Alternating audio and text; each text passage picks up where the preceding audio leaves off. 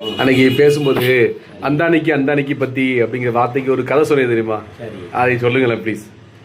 அந்தானிக்கு அப்படிங்கிறது வந்து நம்ம ஊரில் உள்ள தமிழ் வாக்கியம். திருநெல்வேலி மாவட்ட மக்கள் பேசக்கூடிய பேச்சு.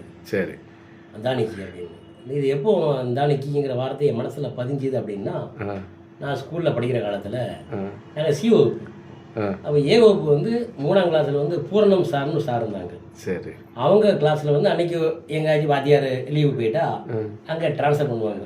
அப்போ அந்த வகுப்பு போயிருந்தோம். அப்போ எங்களுக்கு பாடம் நடக்காது. அப்போ அந்த வாத்தியார் என்ன சொல்லுவார், இல்லை யாராச்சும் தெரிஞ்சவங்க சொல்லி பேசுங்களேன் போய் ஒருத்தன் கதை சொல்லுவான், இப்படி ஏதாச்சும் பேசுவோம். அப்போ கதை சொல்கிறதுக்காண்டி என் கூட படிக்கிறவன் கணேசன் ஒரு பையன். அப்போ நான் சொல்லி 3ஆம் ஒரு 8 வயசு இருக்கும். அவன் கதை சொல்ல ஆரம்பித்தான். உட்காந்தான் ஒரு ஆடு வசூல் போட்டு சட்டை போட்டு கட்டிக்கிட்டு, ஒரு ஊரில் ஒரு ராஜாவும் அந்த அன்னைக்கு அவர் என்ன செஞ்சாராம், அந்த அன்னைக்குங்கிற வார்த்தையை அவன் சொல்லிட்டே இருந்தான்.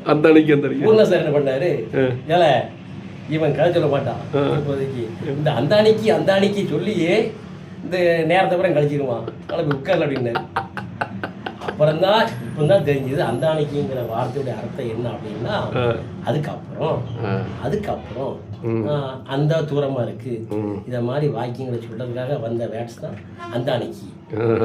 அது இது திருநெல்வேலி மாவட்டத்தில் மட்டும்தான் இது பரவலா இருக்கும் ஏரியாவில் அந்த அன்னைக்குங்கிறது.